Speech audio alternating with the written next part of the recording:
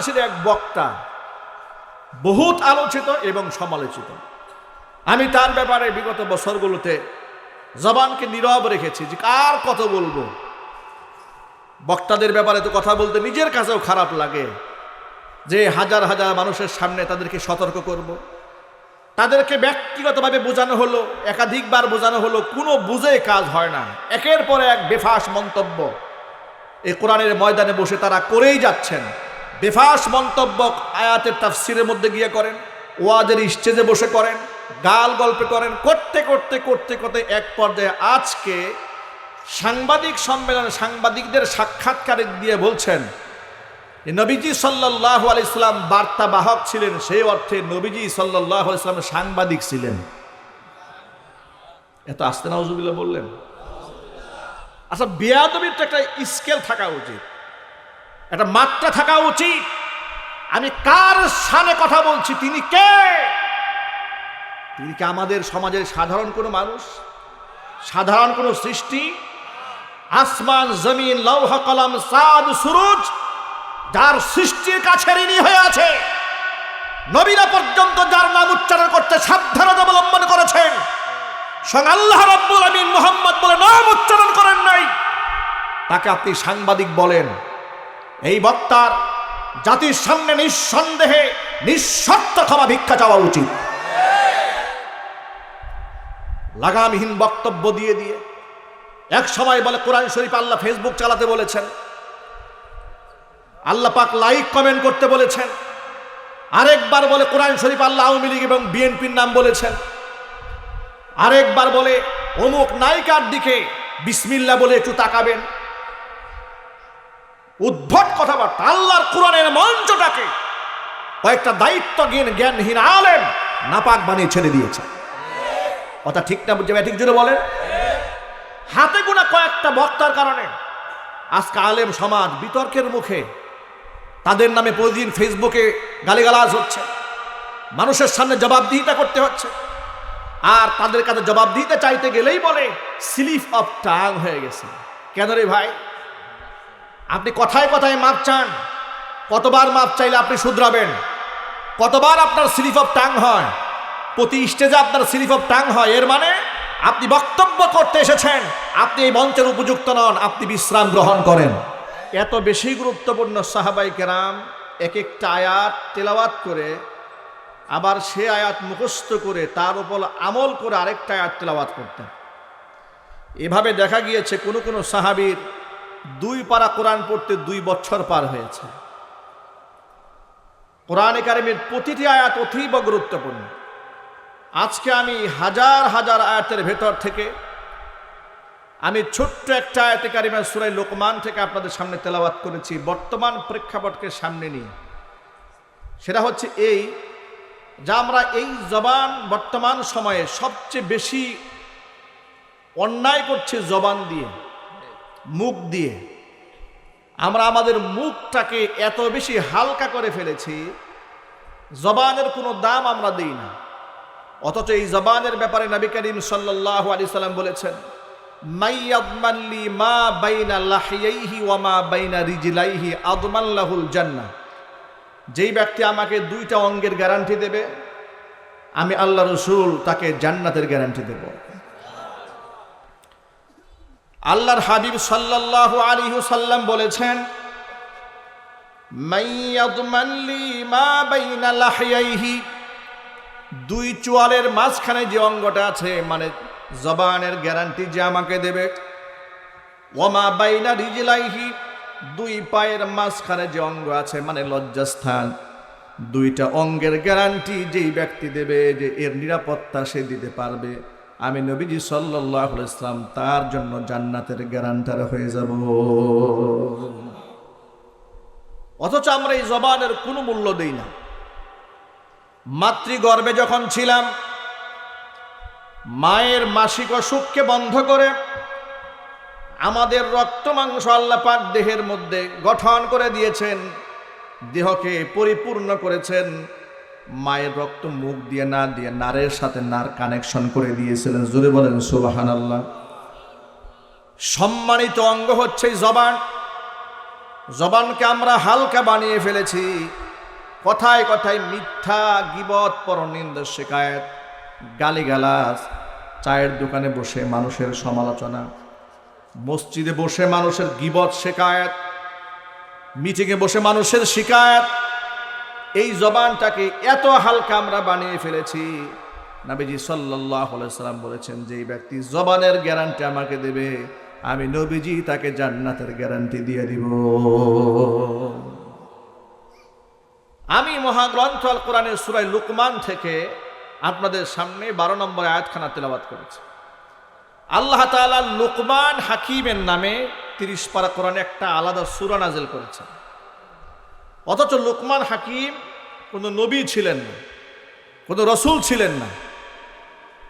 কেমন মানুষ ছিলেন? তাফসীরে ইবনে কাসিরের মধ্যে এসেছে, ইন্নাহু কানা আবদান হাবশিয়ান, তিনি একজন ইথিওপিয়ান হাবশি গোলাম ছিলেন। চেহারা অবয়ব সম্পর্কে এসেছে, ইন্নাহু কানা আবদান হাবশিয়ান আসওয়াদ, গায়ের রং ছিল কুৎসিত বর্ণ কালো। আজিমা শাফাতাইন, ঠোঁটগুলা ছিল মোটা। মুশাক্কাকাল কাদামাইন, পায়ের তলা অবহেলায় এবং নিম্নমানের জীবনযাপন করে পায়ের তলা ছিল ফাটা। চিন্তা করেন একটু, আজিমা শাফাতাইন, ঠোঁট ছিল কি মোটা। মুশাক্কাকাল কাদামাইন, পা ছিল ফাটা। মানে একদম নরমাল মানুষ, কিন্তু আল্লাহ তাআলা এই সাধারণ একজন মানুষকে তার হিকমা, গুণ দিয়ে, ইলম এবং আমল দিয়ে, প্রজ্ঞা দিয়ে এত বড় বানালেন। আল্লাহ পাক তার নামে একটা সূরা নাযিল করে দিয়েছেন। লুকমান হাকিমের প্রশংসা করে আল্লাহ নিজে বলেছেন, ওয়ালাকাদ আতাইনা লুকমানাল হিকমা, আমি লুকমান হাকিমকে প্রজ্ঞা দিয়েছিলাম, জ্ঞান দান করেছিলাম। আর তাকে বলে দিয়েছিলাম, যে নিয়ামত তোমাকে আমি দান করেছি ওই নিয়ামতের শুকরিয়া আদায় করো।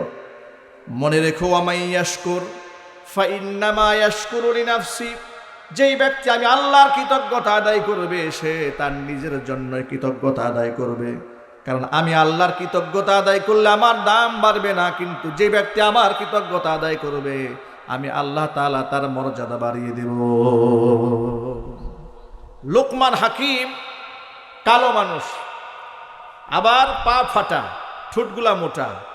লোকেরা উপহাস করে বলতো, যে লুকমান কি বিশ্রী গায়ের রং। তিনি বলতেন, আমার গায়ের রংটা কালো হলে কি হবে, আমার মনটা আয়নার মতো স্বচ্ছ। ঠোঁটগুলো মোটা নিয়ে লোকেরা উপহাস করে বলতো যে কেমন মোটা মোটা ঠোঁট। তিনি বলতেন, আল্লাহ তাআলা আমাকে মোটা ঠোঁট দিয়েছেন, কিন্তু আল্লাহ তাআলা এই মোটা ঠোঁট দিয়ে এত সূক্ষ্ম সূক্ষ্ম কথা বের করেন যা শোনার জন্য হাজার হাজার মানুষ জড়ো হয়ে যায়। একটু চিৎকার দিয়ে কন না সুবহানাল্লাহ। লুকমান হাকিম এত বড় মহান ব্যক্তিত্বে পরিণত হয়েছিলেন। আল্লাহ পাক তার শানে আয়াত নাজিল করলেন, তার নামে সূরা নাজিল করলেন। তার উপদেশ বাণীগুলা বিশ্ব মানবতার জন্য আল্লাহ পাক তুলে ধরলেন। কত দামি মানুষ তিনি হয়েছিলেন। তিনি যখন কথা বলতেছিলেন, মরু প্রান্তরে হাজার হাজার মানুষ জমা হয়ে বসে তার বয়ান শুনছিলেন। এমন সময় ওই মজলিসের ভেতরে এক ব্যক্তি বারবার মাথা উঁচু করে দাঁড়িয়ে কি যেন বলতে চাচ্ছিলেন। এই যে দেখেন, আপনারা এখানে বসে আছেন, অনেক মানুষ, মনের মধ্যে কোনো প্রশ্ন জাগলেই যিনি আলোচনা করছেন তাকে কি প্রশ্ন করা কি সহজ? বুঝেন মনে হয়, মনে চাইলে কি দাঁড়ানো যায়, কিন্তু মনের মধ্যে প্রশ্ন জাগলে। তো লুকমান হাকিম এভাবে কথা বলছেন, অসংখ্য লোকেরা বসে বয়ান শুনছেন। একজন পিছন দিকে খালি এরকম করে মাথা উঁচু করে, অনেক মানুষ মাথা উঁচু করে কি যেন বলতে চায়। লুকমান হাকিম বুঝতে পারলেন। লুকমান হাকিম তাকে ইশারা করে দাঁড় করিয়ে দিলেন। তিনি দাঁড়ালেন, দাঁড়িয়ে বললেন। তিনি যখন দাঁড়ালেন, লুকমান হাকিম তাকে বললেন, কিছু বলবেন আপনি? তিনি বললেন, নিশ্চয় বলতে চাই, যদি আপনি অভয় দেন। যদি আপনি আমাকে অভয় দেন তাহলে আমার মনে একটা প্রশ্ন বারবার ঘুরপাক খাচ্ছে, কিন্তু বলতে সাহস পাচ্ছি না। তিনি বলেন, নিঃসন্দেহে আপনি বলুন, কি বলবেন আপনি বলুন। তিনি বললেন, হুবহু আপনার মতোই চেহারা দেখতে, আপনার মতোই গায়ের রং। একটা ছেলে দীর্ঘদিন আমার সাথে মরু প্রান্তরে ভেড়া, বকরি, দুম্বা চড়িয়েছে, রাখাল ছিল, গোলাম ছিল, একেবারে হুবহু আপনার মতোই দেখতে। আমার মনের মধ্যে সন্দেহ যাচ্ছে না ওই গোলামটা আবার আপনি নাকি? লোকমান হাকিম এ কথা শুনে হাজার হাজার মানুষের ভিড়ে বলছেন, হ্যাঁ, যে লোকটা তোমার সাথে ছাগল চড়াইতো আমি সেই লোকমান হাকিম। সুবহানাল্লাহ বলবেন না? আচ্ছা, মানুষ বড় হলে অতীত স্বীকার করতে চায়? বড় হয়ে গেলে অতীত স্বীকার করতে চায় না? স্বীকার করতে চায় না। বলে আমরা বাপদাদার আমল থেকে জমিদার, অহংকার প্রদর্শন করে। কিন্তু লোকমান হাকিম সবার সামনে বলেন, হ্যাঁ, আমি সেই ব্যক্তি যিনি তোমার সাথে ছাগল চড়াইতাম। তিনি বললেন, আমি সেই ছাগলের রাখাল, আজও ছাগলের রাখাল রয়ে গেলাম। আপনি লোকমান হাকিম হয়ে গেলেন, আপনি এত বড় পণ্ডিত হলেন, এত জ্ঞানী হলেন যে আপনার কথা শোনার জন্য গরমে এত মানুষ বসে থাকে। কারণটা কি? লোকমান হাকিম তখন বলেছিলেন, আল্লাহর বান্দা শোনো, কয়েকটা গুণের ওপর আমি আমল করেছিলাম, ওই আমলগুলা যদি তুমি করতে পারো আল্লাহ তাআলা তোমাকেও লোকমান হাকিম বানিয়ে দিবে। লোকমান হাকিম 1 নাম্বার বললেন, শোনো, আমি আমার জবানকে মূল্যবান বানিয়েছি। আমি আমার এই জবান থেকে অনর্থক একটি কথাও কখনো বলিনি। আল্লাহ তাআলা আমার জবানকে এত মর্যাদাপূর্ণ বানিয়ে দিয়েছেন, জবান থেকে যা বের হয় আল্লাহ পাক মঞ্জুর করে নিয়ে না।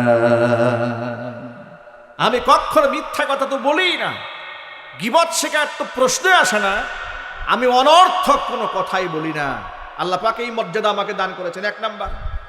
2 নম্বর, আমি যে আমল করেছি, আমি আমার চোখের হেফাজত করেছি।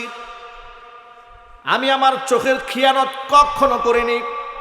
2 নাম্বার আমল।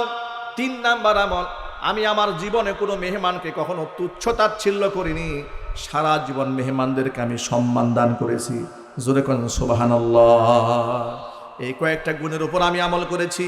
ও আল্লাহর বান্দা, তুমি যদি গুণগুলার উপরে আমল করো আল্লাহ পাক তোমাকেও লোকমান হাকিম বানিয়ে দিবেন। লোকমান হাকিম যখন কৃতদাস ছিলেন, তার চাল চলনে, সে জ্ঞানী মানুষ তো, খুব কম কথা বলেন, গুরুত্বপূর্ণ কথা ছাড়া কোনো কথা বলেন না। আপনাদেরকে সবসময় একটা থিম বলে দেই, যারা জ্ঞানী তারা কথা কম বলে এবং ভেবে চিন্তে কথা বলে, আর মূর্খ মানুষ কথা বলে বেশি, ভুলও করে বেশি। কথা ঠিক কিনা জোরে বলেন? অতি কথন, বেশি কথা যিনি বলেন তার তত ভুল হয়।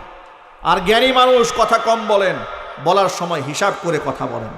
আর প্রকৃত মুমিন যারা, তারা প্রত্যেকে জ্ঞানী হবে, হিসাব করে কথা বলবে। কারণ ইমানদারের বিশ্বাস হচ্ছে, আমি যা বলছি প্রত্যেকটা শব্দ শুধু এখানে ক্যামেরায় রেকর্ড হচ্ছে না, আমার সাথে নিযুক্ত রেকর্ডকারী ফেরেশতা আছে না ভাই? একটু জোর আওয়াজে বলুন। কিছুদিন আগে দেখেছি এক ব্যক্তি নামাজে দাঁড়িয়েছে, নাম বলবো না, অনেক ফেমাস চেহারা। নামাজে দাঁড়ানোর সময়, নামাজের সময় একবার এই দিক তাকায় সেদিক তাকায়, এরপরে সূরা কেরাত যেমন খুশি তেমন পড়েছে। নামাজ যখন শেষ হলো, ফেসবুকে তারকে নিয়ে অনেক লেখালেখি হলো। তখন তিনি জবাব দিয়ে বলছেন যে আমার সামনে যে ক্যামেরা ছিল এটা তো আমাকে আগে বলে নাই। নাউজুবিল্লাহ বলবেন না। নামাজে দাঁড়িয়েছিল, উনি বলছেন যে আমার সামনে যে ক্যামেরা ছিল এটা আমাকে আগে বলে নাই, তাহলে তো আমি এটা খুব ভালো করে নামাজটা পড়তাম।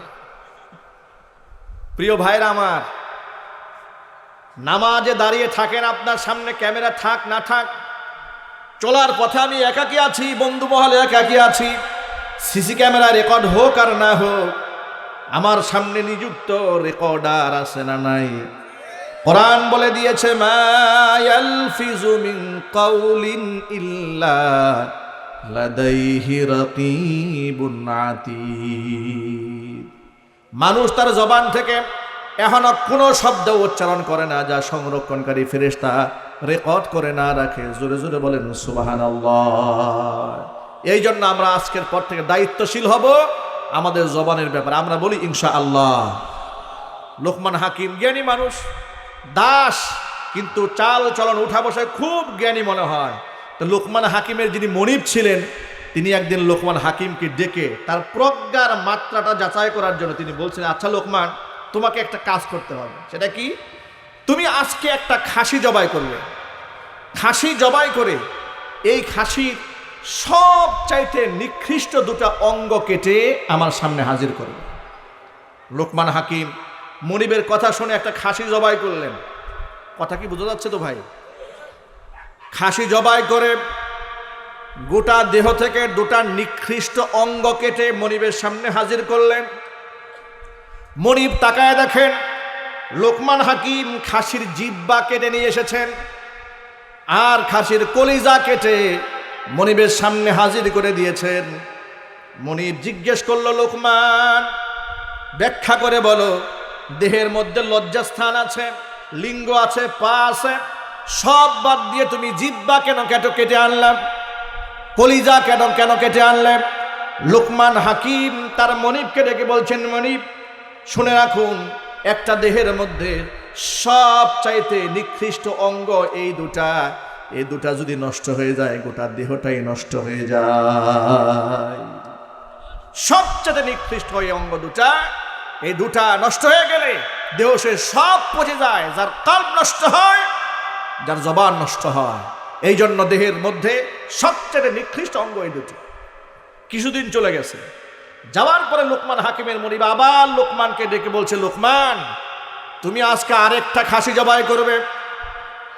খাসি জবাই করে ওই খাসির সবচাইতে উৎকৃষ্ট মানের দুটা অঙ্গ কেটে আমার সামনে নিয়ে আসবে। লোকমান হাকিমের মনিবের কথা শুনে লোকমান এবার আরেকটা খাসি জবাই দিলেন। আবার তিনি সর্ব উৎকৃষ্ট দুটা অঙ্গ কেটে মনিবের সামনে হাজির করে দিয়েছেন। লোকমানের মনিব তাকায় দেখেন সর্বনিকৃষ্ট অঙ্গ কাটার কথা বললে যে দুটা অঙ্গ কেটে নিয়ে এসেছিলেন, সর্ব উৎকৃষ্ট অঙ্গ কাটার কথা বলার পরেও তিনি একই অঙ্গ দুটা কেটে নিয়ে এসেছেন।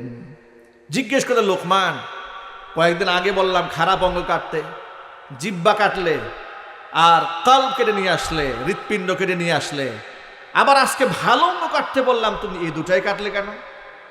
লোকমান হাকিম ব্যাখ্যা করে বলছেন, মনিব শোনেন, দেহের মধ্যে এই দুটা অঙ্গ হচ্ছে এমন দুটি অঙ্গ যে এর চেয়ে ভালো অঙ্গও হতে পারে না, আর এর চেয়ে খারাপ অঙ্গও হতে পারে না। যার কলিজা সুন্দর, যার জবান সুন্দর, সে মানুষটা সুন্দর।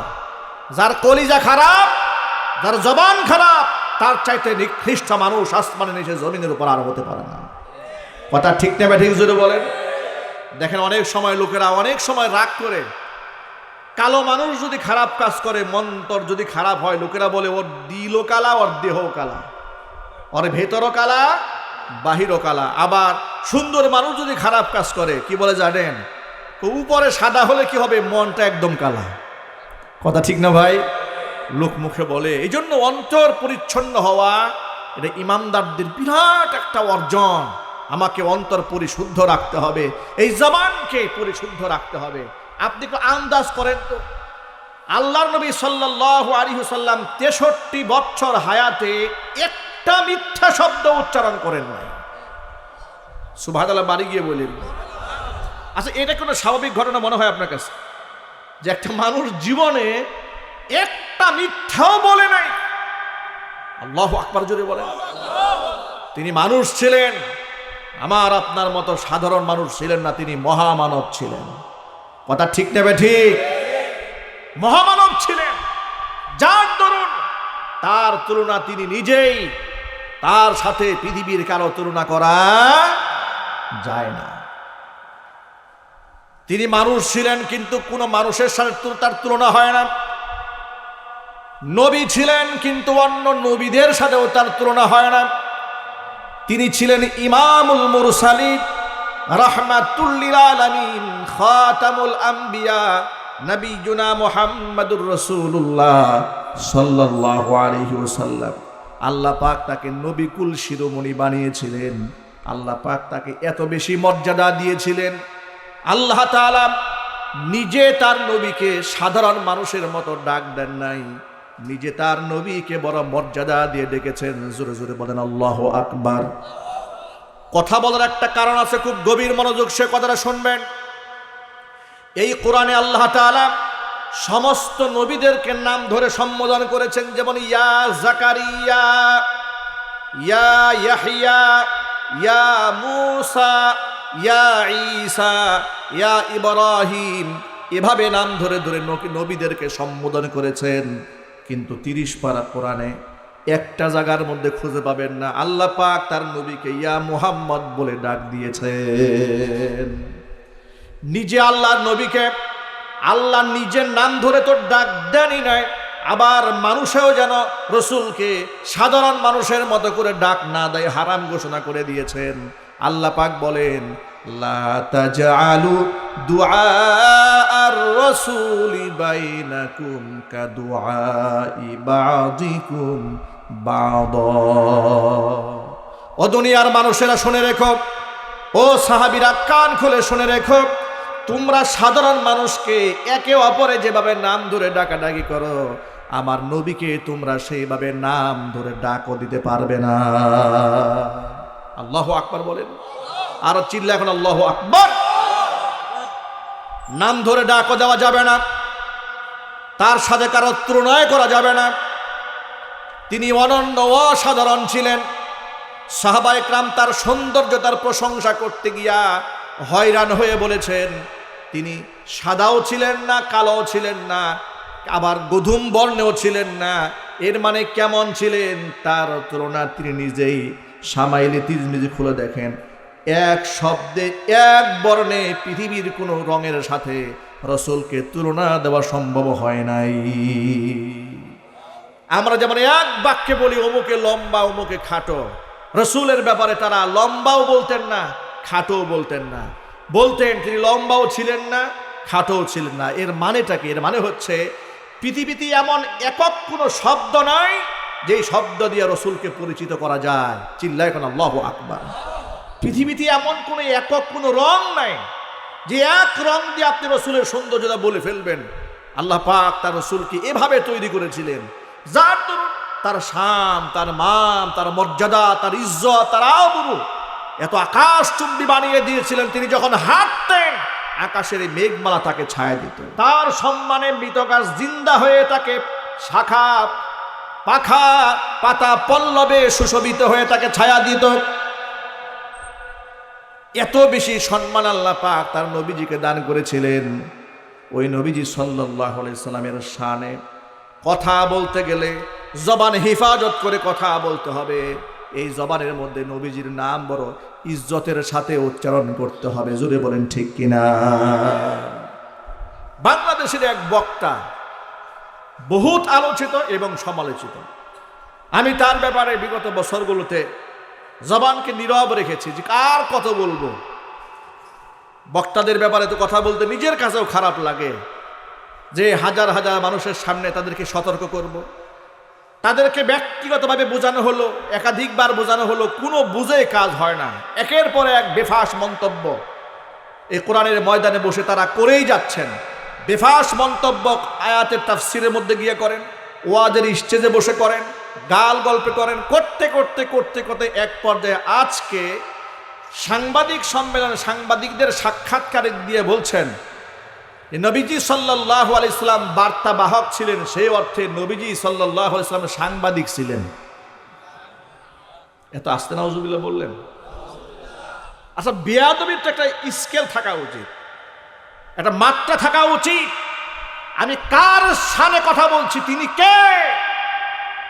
তিনি কি আমাদের সমাজের সাধারণ কোনো মানুষ, সাধারণ কোনো সৃষ্টি?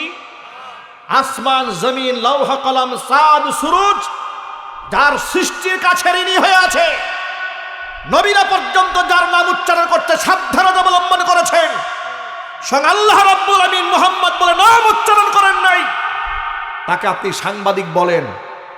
এই বক্তার জাতির সামনে নিঃসন্দেহে নিঃশর্ত ক্ষমা ভিক্ষা চাওয়া উচিত। লাগামহীন বক্তব্য দিয়ে দিয়ে এক সময় বলে কোরআন শরীফ আল্লাহ ফেসবুক চালাতে বলেছেন, আল্লাহ পাক লাইক কমেন্ট করতে বলেছেন, আরেকবার বলে কোরআন শরীফ আল্লাহ আওয়ামী লীগ এবং বিএনপির নাম বলেছেন, আরেকবার বলে অমুক নায়িকার দিকে বিসমিল্লাহ বলে একটু তাকাবেন। উদ্ভট কথাবার্তা। আল্লাহর কোরআনের মঞ্চটাকে কয়েকটা জ্ঞানহীন আলেম নাপাক বানিয়ে ছেড়ে দিয়েছে। কথা ঠিক না? বুঝে ঠিক জুড়ে বলেন।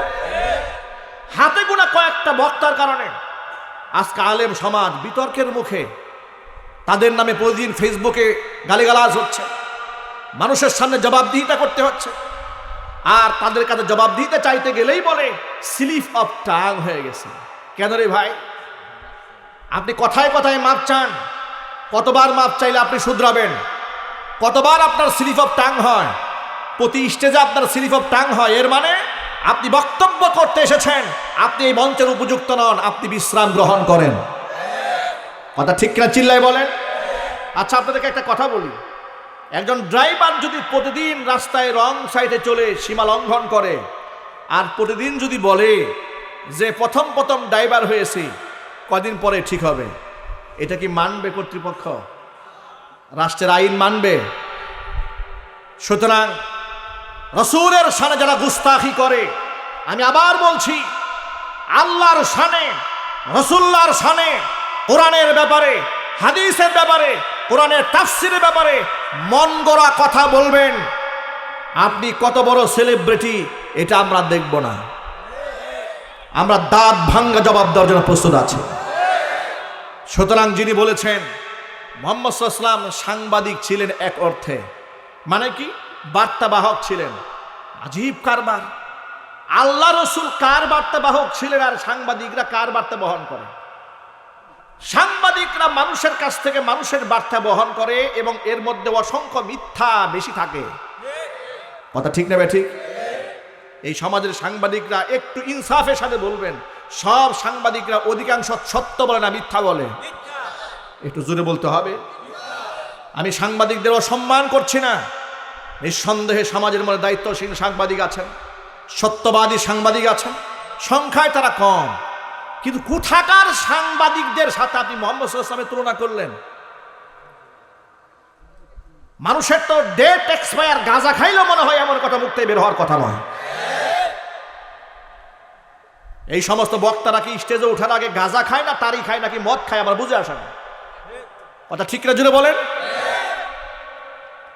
নবীর ব্যাপারে এমন কথা মুখ দিয়ে বের হয় কি করে? এরা কেন কথা বলে জানেন? এরা বেফাস কথা বলতে বলতে এত নির্লজ্জ হয়েছে, এত বেহায়া হয়েছে, এদের প্রকাশ্যে 100 জুতা পিটা করলে এদের লজ্জা হবে না। জাতির সামনে নিঃশর্ত তওবা করার আহ্বান জানাচ্ছে। যে ব্যক্তি আল্লাহর নবী সাল্লাল্লাহু আলাইহি ওয়াসাল্লামকে সাংবাদিক বলে আখ্যা দিয়েছে, একটু ঘৃণার সাথে নাউজুবিল্লাহ বলবেন না?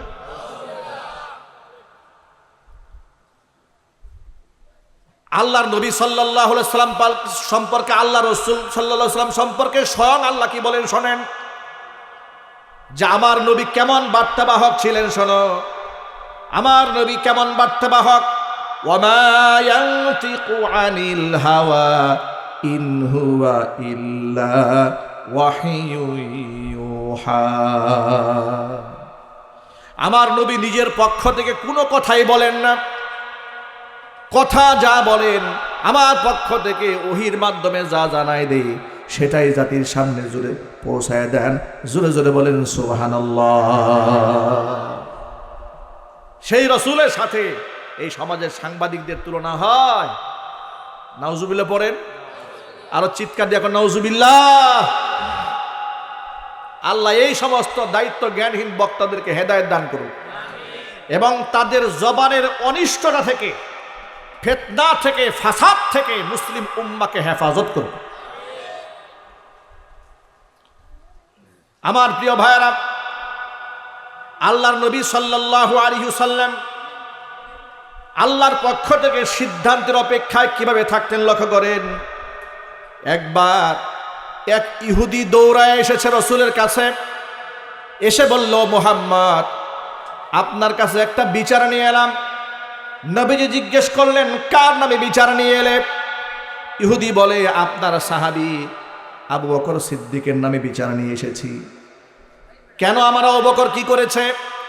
তাকাই দেখেন, আমার গালে থাপ্পড় দিয়ে গালটা লাল বানিয়ে দিয়েছে। নবীজি সাল্লাল্লাহু আলাইহি ওয়াসাল্লাম খুব অবাক হলেন। আবু বকর তোমাকে মেরেছে? বলে, হ্যাঁ আবু বকর মেরেছে। আবু বকর তো মারামারি করার লোক না, ঠান্ডা মাথার লোক, ধৈর্যশীল মানুষ, তিনি তো মারতে পারেন না, কাটতে পারেন না। এ কথা বলতে না বলতেই আবু বকর সিদ্দিক রাদিয়াল্লাহু তাআলা আনহু তার সামনে এসে হাজির। এসে বলছো, আল্লাহর নবী আপনি আমাকে একটুখানি পারমিশন দেন, আরেকটা থাপ্পড় দিয়ে ইহুদির বাম গালটা আমি লাল বানায় দিই। নবীজি সাল্লাল্লাহু আলাইহি ওয়াসাল্লাম অবাক বিস্ময়ে জিজ্ঞেস করলেন, আবু বকর আপনি তাকে মারেন কেন, মেরেছেন কেন? আপনি তো কারো গায়ে হাত তুলেন না।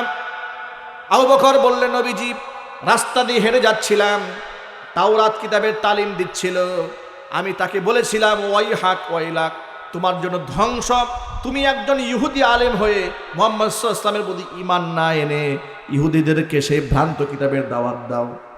সে আমাকে বলল, তোমরা যে ফকির আল্লাহর দিকে ডাকো, সেই ফকির আল্লাহর কোনো প্রয়োজন আমাদের নাই।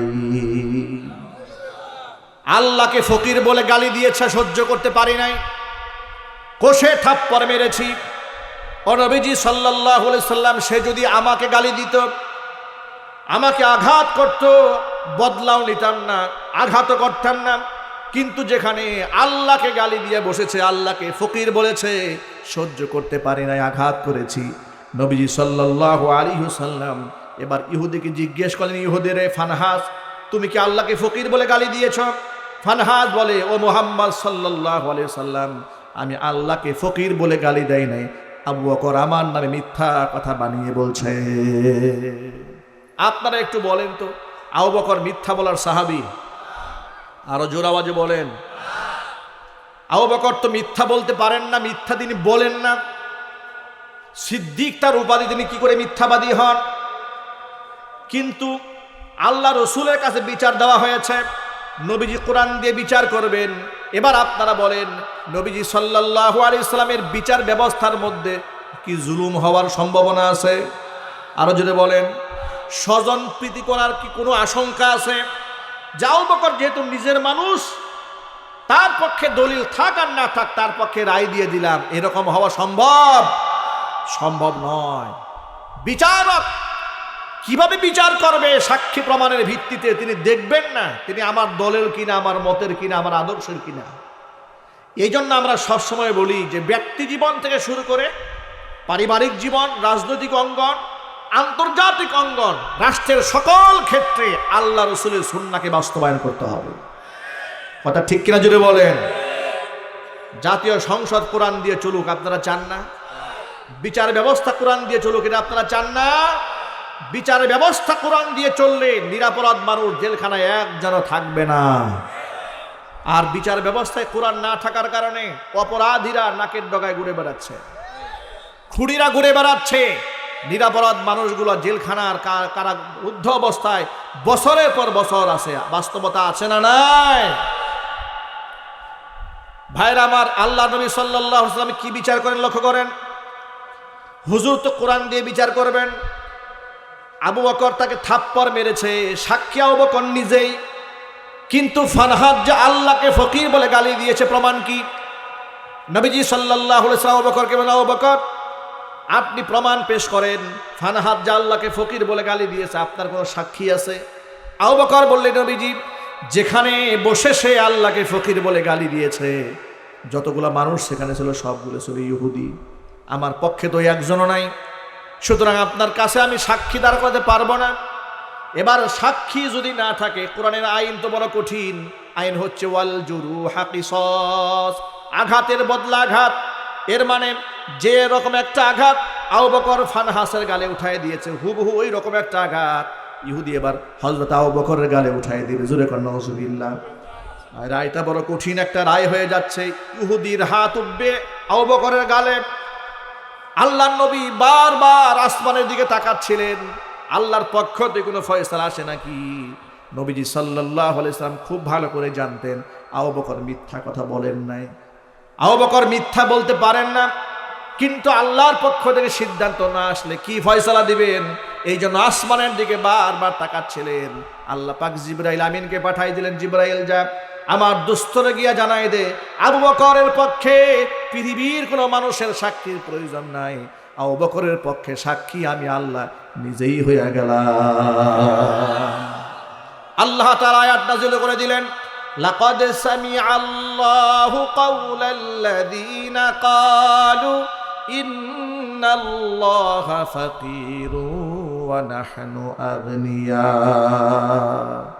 নিশ্চয় আমি আল্লাহ শুনে নিয়েছি অবশ্যই আমি শুনেছি কাউলাল্লাযীনা ক্বালু, ওই সমস্ত ব্যক্তিদের কথা যারা বলেছে ইন্নাল্লাহা ফাকীরু ওয়া নাহনু আগনিয়া, নিশ্চয় আল্লাহ হচ্ছেন ফকির, আমরা হলাম ধনী। জোরে জোরে বলুন নাউজুবিল্লাহ। আবু বকরের পক্ষে সাক্ষী কে হলেন? আল্লাহ পাক সাক্ষী হয়ে গেলেন। এখান থেকে একটা মৌলিক সবক আপনারা নিতে পারেন, সেটা হলো এই, প্রত্যেকটা মানুষের মধ্যে রাগ আছে, গুসা আছে, ক্ষোভ আছে, আছে না? ব্যক্তিগত রাগে আপনি ধৈর্য ধারণ করবেন, ওয়াল কাযিমিনাল গায়জ ওয়াল আফিনা আনিন নাস ওয়াল্লাহু ইউহিব্বুল মুহসিনিন। আল্লাহ বলেছেন ক্রোধকে যারা নিয়ন্ত্রণ করে, রাগ এবং গুসাকে আপনি নিয়ন্ত্রণ করবেন, ওয়াল আফিনা আনিন নাস, মানুষদেরকে ক্ষমা করে দেবেন। রাগ গুসা নিয়ন্ত্রণ করবে। ব্যক্তি স্বার্থে আঘাত লাগলে, নিজের ব্যক্তি স্বার্থে আঘাত লেগেছে, ধৈর্য ধরেন, সবর করেন, রাগকে কন্ট্রোল করেন। কিন্তু ধর্মীয় ব্যাপারে যদি আঘাত হয়, আল্লাহর ইজ্জতে যদি আঘাত আনে, নবীজি সাল্লাল্লাহু আলাইহি ওয়াসাল্লামের সম্মানে যদি আঘাত আসে, তখন আর চুপ থাকার কোনো সুযোগ নাই। কথা ঠিক কিনা জোরে বলেন? আবু বকরের মতো মানুষ যিনি ক্ষমা করতে জানেন, তিনি সবার করেন নাই, হাত তুলেছেন। সুতরাং আমাদের বার্তা বড় স্পষ্ট, আমাদের ব্যক্তি স্বার্থে আঘাত লাগলে আমরা চুপ থাকতে জানি, কোরআনের স্বার্থে আঘাত লাগলে আমরা গর্জে উঠতে জানি। কথা ঠিক কিনা?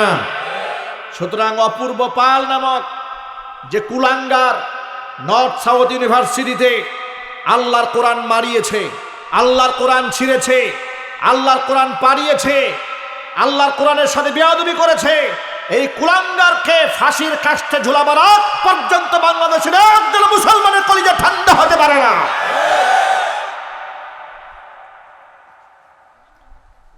অবাক হয়ে যায়, বাংলাদেশের এত বড় বড় রাজনীতিবিদ, অমুসলিমরা সামান্যতম কোনো নির্যাতনের শিকার হলে বিগত বছরে দেখেছেন মন্দিরে কে বা কারা হামলা করেছে, মূর্তির ঠ্যাং ভাঙা হয়েছে।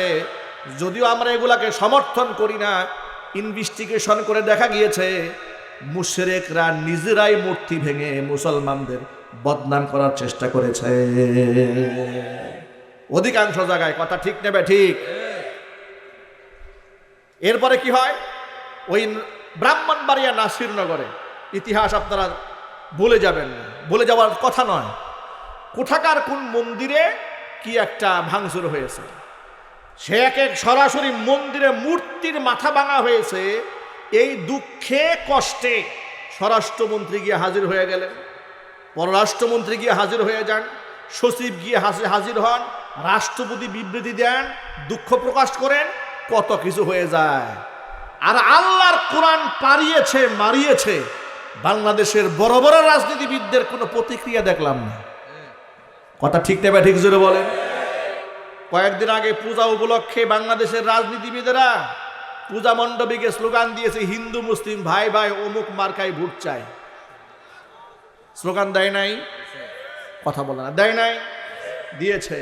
এখন ওই সমস্ত রাজনীতিবিদদেরকে আমি বলি, আপনারা যে বললেন হিন্দু মুসলিম ভাই ভাই অমুক মার্কায় ভোট চায়, তো আপনার ভাইরা তো আল্লাহর কোরআন পাড়িয়েছে, আপনার ভাইরা তো আল্লাহর কোরআন পাড়িয়েছে, তা আপনার মুখে প্রতিবাদ নাই?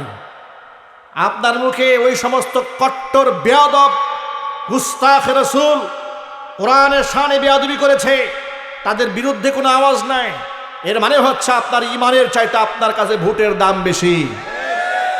যারা ভোট ভিক্ষা করার জন্য ইমান বিক্রি করেন, আগামীর বাংলাদেশের মুসলমানকে মনে রাখতে হবে, এই চেহারাগুলো আপনারা ক্রস চিহ্ন দিয়ে চিহ্নিত করে রাখবেন। ইমান বিক্রি করে যারা ভোট ভিক্ষা করেছে, কোরআনের পক্ষে কথা বলে নাই, মূর্তির প্রশংসা করেছে, ভোট দিবেন জুতের কথা, তাদেরকে জুতা পিটা করে এলাকা থেকে বের করে দেবেন। এটা কিসের মুসলমান? এগুলো মুনাফিক। এগুলা কি চিল্লাই বলেন? ও ধৈর্য আসে তোমার, আল্লাহর কোরআনের সাথে বিয়াদবি হলে ধৈর্য আসে। নিজের বেতন বাড়াবার জন্য রাজপথে আন্দোলন করো, তেলের দাম বাড়লে আন্দোলন করো, নেতা কর্মীর সাথে বিয়াদবি হলে আন্দোলন করো, নেতা কর্মীর নামে স্লোগান দাও, তখন গর্জে উঠো। শুধুমাত্র নীরব থাকো কোরআনের ব্যাপারে, রসুলের ব্যাপারে। বুঝতে হবে মুসলমানের ঘরে জন্ম হয়েছে, কিন্তু আবু জেহেলের রক্ত তোমার গায়ে আছে।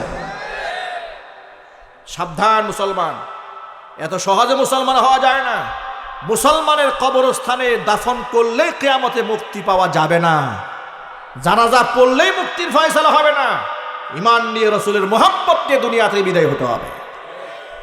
আপনারা কি রসুলের মোহাব্বত নিয়ে দুনিয়া থেকে বিদায় হতে চান?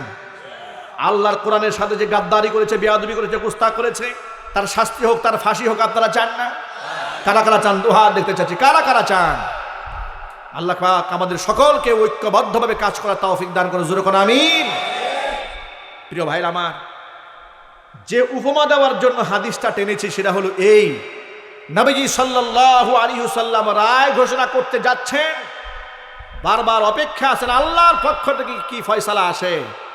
তো আল্লাহর নবী সাল্লাল্লাহু আলাইহি ওয়াসাল্লাম তিনি হচ্ছেন আল্লাহর বার্তাবাহক। কার বার্তাবাহক? আল্লাহর বার্তাবাহক। আপনি সেই আল্লাহর বার্তাবাহকের সাথে দুনিয়ার নাপাক, মিথ্যাবাদী, চরিত্রহীন লম্পট সাংবাদিকদের তুলনা করে, সাংবাদিকদের মনোরঞ্জন করে নিজের পক্ষে ভোট কামাইতে চান?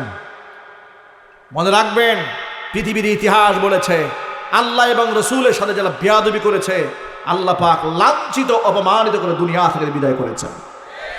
কথা ঠিক নেবে? ঠিক। এই জন্য জবান, এই জবানের হেফাজত করতে হবে, জবানের হেফাজত করতে হবে। কথা বলার সময় আল্লাহ পাক যেন আমাদের এই জবানকে হেফাজত করার তৌফিক দান করে, জোরে কোন আমিন। লোকমান হাকিম এত বড় জ্ঞানী, তিনি বলেন আমি আমার এই জবান দিয়ে কখনো মিথ্যা কথা বলি না, গীবত করি না, শিকায়েত করি না, এমন কি অনর্থক কোনো কথা আমার মুখ থেকে আমি উচ্চারণ করি না। আল্লাহ পাক আমাদের জবানকে হেফাজত করার তৌফিক দান করেন। লোকমান হাকিম তার সন্তানকে যে উপদেশমালা দিয়েছিলেন, আল্লাহ তাআলা যে উপদেশগুলো লিখে দিয়েছেন, সংক্ষেপে কয়েকটা পয়েন্ট মনে রাখেন। লোকমান হাকিম তার সন্তানকে বললেন, وَإِذْ قَالَ لُقْمَانُ لِابْنِهِ وَهُوَ يَعِظُهُ يَا بُنَيَّ لَا تُشْرِكْ بِاللَّهِ إِنَّ الشِّرْكَ لَظُلْمٌ عَظِيمٌ। লোকমান ছেলেকে ডেকে বলছে, ও বৎস, লা তুশরিকি বিল্লাহ, আল্লাহর সাথে কখনো শরীক করবে না। ইন্নাশ শিরকা লাযুলমুন আযীম, শিরিক হচ্ছে সবচেয়ে বড় জুলুম। শিরিক কি সবচেয়ে বড় জুলুম? আল্লাহর কোনো শরীক আছে? আল্লাহ, জোরে বলেন, আল্লাহর কোনো উপমা আছে? আল্লাহর সমতুল্য কেউ আছে? সমকক্ষ কেউ আছে? আল্লাহর মতো কেউ আছে? আল্লাহর গুণের মতো কেউ আছে? একজন চাঁদপুরের 5 আসনের এমপি পদপ্রার্থী দুর্গা পূজায় গিয়ে বলছে, গত 23 সনে মুসলমান, কিন্তু তিনি হিন্দুদের ভোট কামানোর জন্য বলছেন, গত 23 সালে মা দুর্গা 10 হাত নিয়ে এসেছিলেন। মা দুর্গার 10 হাতের শক্তিতে শেখ হাসিনা 1 বছরও টিকতে পারে নাই, স্বৈরাচারী দেশ থেকে পালিয়েছে। এই জন্য মা দুর্গার কাছে আমরা ঋণী। একটু জোরে নাউজুবিল্লাহ বলবেন না? এটা কোনো মুসলমানের আকীদা হতে পারে? চিল্লায় বলেন। এই যদি হয় এমপির অবস্থা, এই যদি হয় মেম্বার অফ পার্লামেন্টের অবস্থা, এই যদি হয় ভবিষ্যতের নেতৃবৃন্দের অবস্থা, এই যদি হয় এই সমাজের নেতাদের অবস্থা, কিয়ামতের আলামত রুয়াসাউহুম জুহালুহুম, সমাজের মূর্খরা নেতা হবে। জুলাই আগস্টের বিপ্লবে বাংলাদেশের একটা আমূল সাধন হয়েছে, পরিবর্তিত হয়েছে। মানুষের মাইন্ড ভিন্নভাবে সেট আপ হয়েছে। ওই যে আগে জোর জবরদস্তি করে কিছু একটা করে ফেলবে, বসে ফেলবে, এই চিন্তা চেতনা থেকে বের হয়ে আসতে হবে। এদেশের মানুষ এখন সচেতন হতে শিখেছে। স্বৈরাচারী হাসিনার মতো আষ্টে পৃষ্ঠে বেঁধে থাকা গদিকেও যারা লাথি মেরে ভেঙে দিতে পেরেছে, যারা সেই পথে হাঁটবে, ক্ষমতায় যাওয়ার আগেই তাদের পরাজয় নিশ্চিত করতে জাতীয় ঐক্যবদ্ধ আছে। কথা ঠিক নেবে? ঠিক জোরে বলেন। এবার আপনারা বলেন, এই কথা বলে তার ঈমান আছে? একটু জোরে বলেন। তার তওবা করার দরকার আছে না নাই? এখানে ক্ষান্ত হন নাই। তিনি কি বলেন শোনেন। তিনি বলছেন, আমরা মুসলমান, আমাদের মৃত্যুর পরে আমাদেরকে এই কবরে মাদফন করা হয়, জানাজা দেওয়া হয়। আর আপনারা হিন্দু, আপনাদের মৃত্যুর পরে চিতায় পোড়ানো হয়। আপনাদের চিতায় পোড়ানো হবে কিয়ামতের দিনে, আপনারা উঠবেন, আমরাও উঠব। আপনারা ভালো আমল করলে আপনারা ভালো কিছু পাবেন, আমরা ভালো আমল করলে ভালো কিছু পাবো। এটা মুসলমানের বিশ্বাস হতে পারে? একটু আপনারা জোর আওয়াজে বলেন, সমস্ত মুশরিকরা জান্নাতি না জাহান্নামী? চিল্লায় বলেন। এই নেতা বলছেন এরাও নাকি কিয়ামতের মুক্তির ফয়সালা পেয়ে যাবে। এগুলা মাইকে বলছেন, অনলাইনে সোশ্যাল মিডিয়াতে ভাইরাল হচ্ছে এগুলো। সুতরাং এত বড় জাহেল, এত বড় মূর্খ, ইমানের ঠিক নাই, আকীদার ঠিক নাই, আল্লাহ পরকালের সম্পর্কে কোনো ধারণাই নাই, এইরকম জাহেল যদি নেতা হয়, রডের পরিবর্তে বাস্ট ঢুকবেই। ঠিক কিনা? এরাই দেশ বিক্রি করে বিদেশে পাড়ি জমায়, এরাই বিদেশে বেগম পাড়া বানায়, হাজার কোটি টাকার মালিক এরাই হয়, এরাই রাষ্ট্রের 12টা বাজায়। কিন্তু আগামীর বাংলাদেশকে আমরা আর ঝুঁকির মুখে ফেলতে দেব না ইনশাল্লাহ। একটু আওয়াজ দিয়ে বলেন না ইনশাল্লাহ। আগামীর বাংলাদেশে ন্যায় এবং ইনসাফ প্রতিষ্ঠিত হবে। কোনো মুশরিক, কোনো তাগুত, কোনো কাফের বেঈমানের দালাল, কোনো মুশরিকের দালাল, কোনো পূজারী মুসলমানের সন্তান হয়ে পূজা মণ্ডপে ভোট ভিক্ষা করে এমন কোন মানুষের হাতে মুসলিম সমাজের নেতৃত্ব আমরা তুলে দেব না। কথা বলতে হবে মুসলমান, ঠিক কিনা?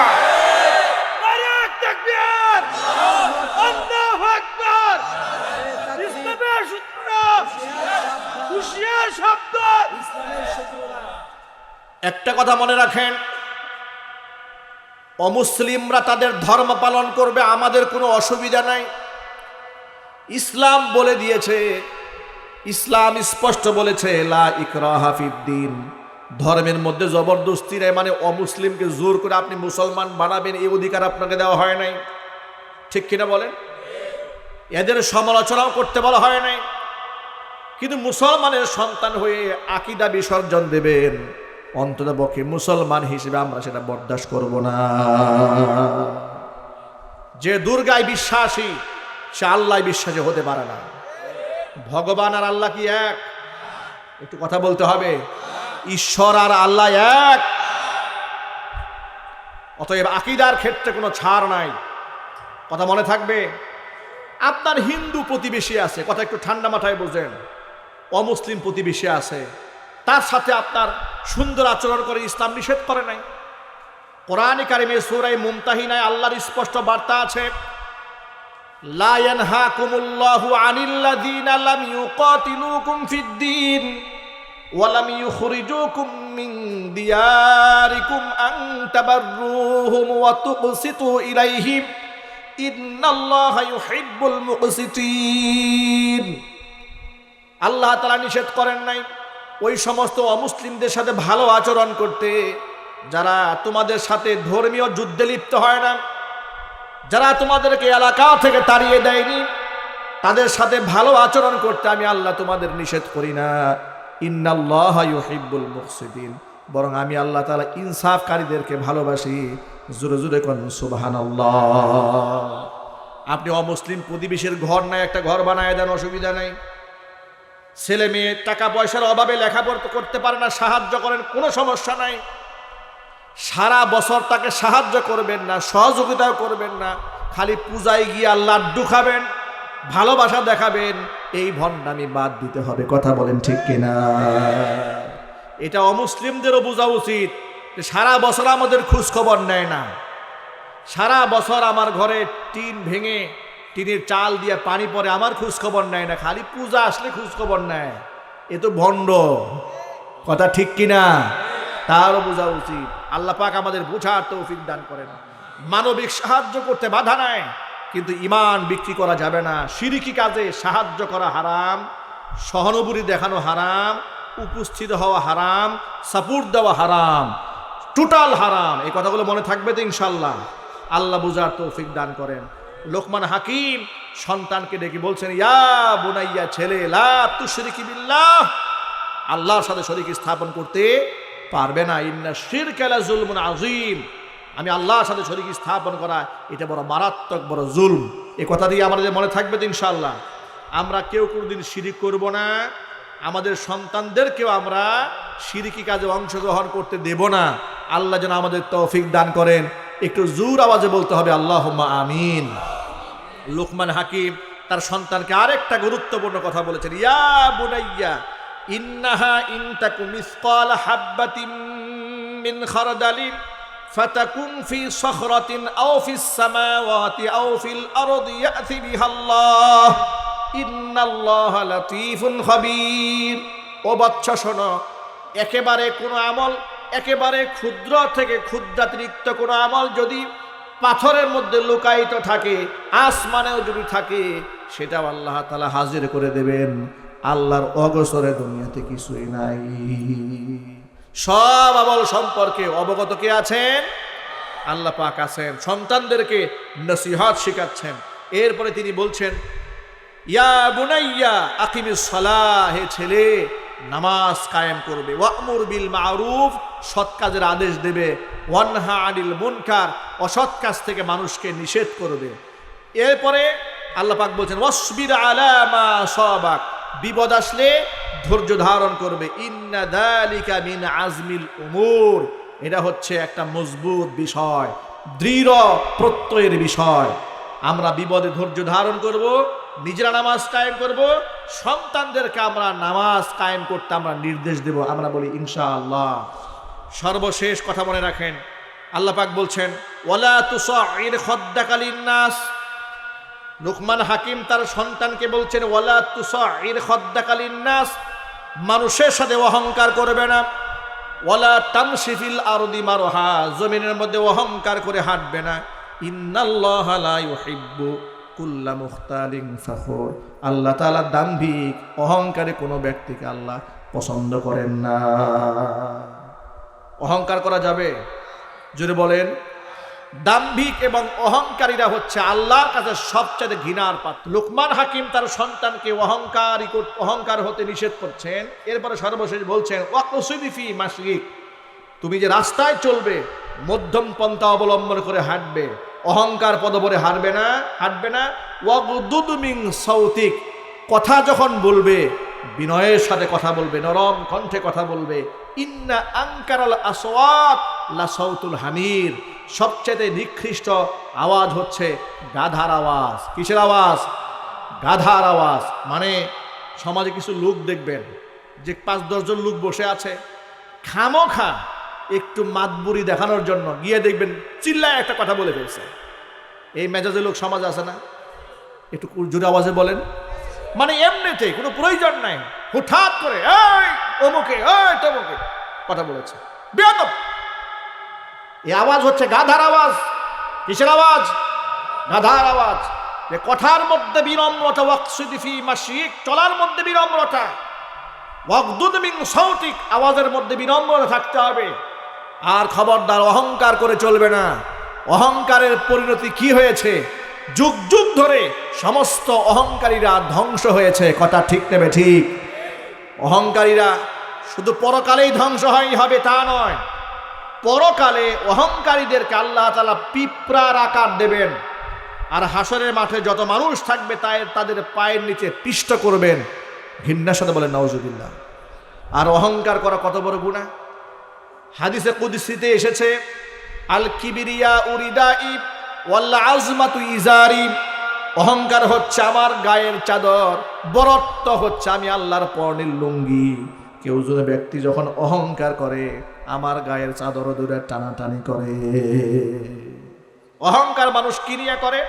অহংকার করে মানুষ বংশ নিয়ে, অহংকার করে মানুষ টাকা পয়সা নিয়ে, অহংকার করে মানুষ জ্ঞান গরিমা নিয়ে, অহংকার করে মানুষ ক্ষমতা নিয়ে। এখন আপনারা এক বাক্যে বলেন এই সকল কিছুর একমাত্র মালিককে? আল্লাহর নাম বলতে কষ্ট হচ্ছে।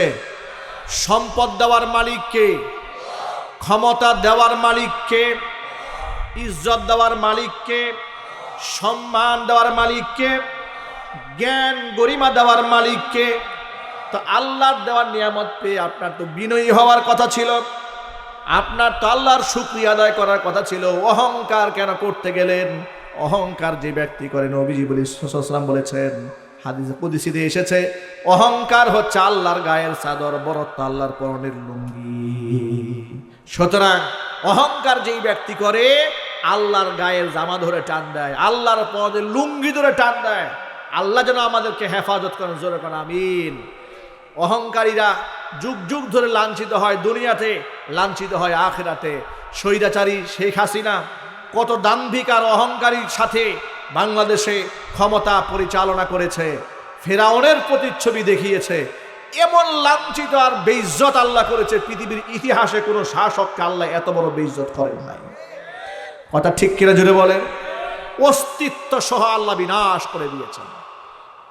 শত কোটি টাকার মালিক অহংকার করেছে, রাস্তার ভিক্ষুক বানিয়ে আল্লাহ ছেড়ে দিয়েছেন। শত শত বিঘা সম্পদের মালিক অহংকারের কারণে ভিক্ষার ঝুলি আল্লাহ গলার মধ্যে ঝুলিয়ে দিয়েছেন।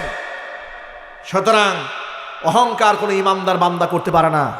ইমানদার শুধু গুলামি করবে, আর আল্লাহ কোনো নিয়ামত দিলে ওই নিয়ামতের শুকরিয়া আদায় করবে। আর আল্লাহকে বলবে, আল্লাহ এই জমির মালিক আমি নই, এই বাড়ির মালিক আমি নই, এই গাড়ির মালিক আমি নই, এই ইলমের মালিক আমি নই, এই জবানের মালিক আমি নই, এই মর্যাদার মালিক আমি নই, সব তোমার দেওয়া নিয়ামত। এই কথাগুলো মনে থাকবে তো ভাই ইনশাল্লাহ? এগুলো আমরা নিজেরাও আমল করব, আমাদের সন্তানদেরকে আমরা এই সমস্ত আমল করতে উদ্বুদ্ধ করব। আমরা বলি ইনশাআল্লাহ।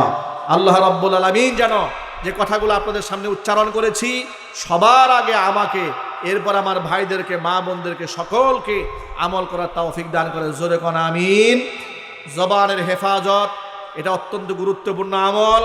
এটা বক্তা, শ্রোতা, ইমাম, আলেম, ওলামারা, খতিব, এমপি, মন্ত্রী, প্রধানমন্ত্রী, এমনকি সাধারণ জনগণ সকলের জবানের হেফাজত করতে হবে। আল্লাহ রাব্বুল আলামিন যেন তৌফিক দান করেন, আমিন। ওয়া আখিরু দাওয়ানা আনিল হামদুলিল্লাহি রাব্বিল আলামিন।